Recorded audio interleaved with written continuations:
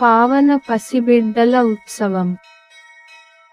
Angelus Domini nunciavit Maria.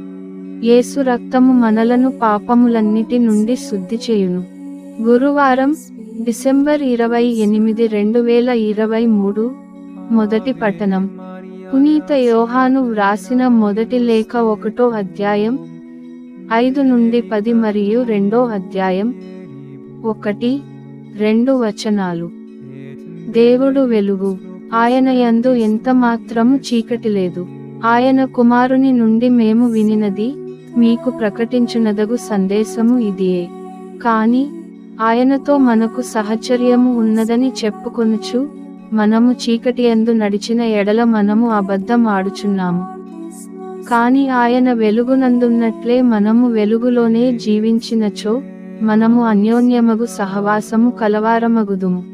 ఆయన పుత్రుడు యేసు రక్తము మనలను పాపములన్నిటి నుండి శుద్ధి చేయును.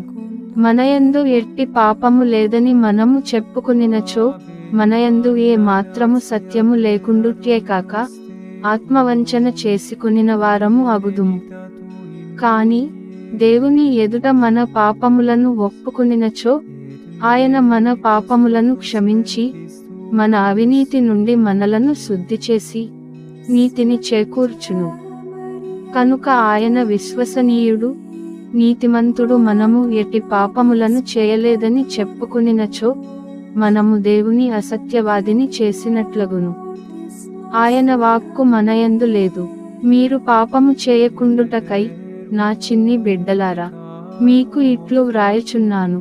కాని ఎవరైనా పాపము చేసినచో మన కొరకు తండ్రి సమక్షమున న్యాయవాదిగా విన్నవించుటకు నీతిమంతుడు యేసుక్రీస్తు మనకు కలుడు. క్రీస్తే మన పాప విమోచకుడు.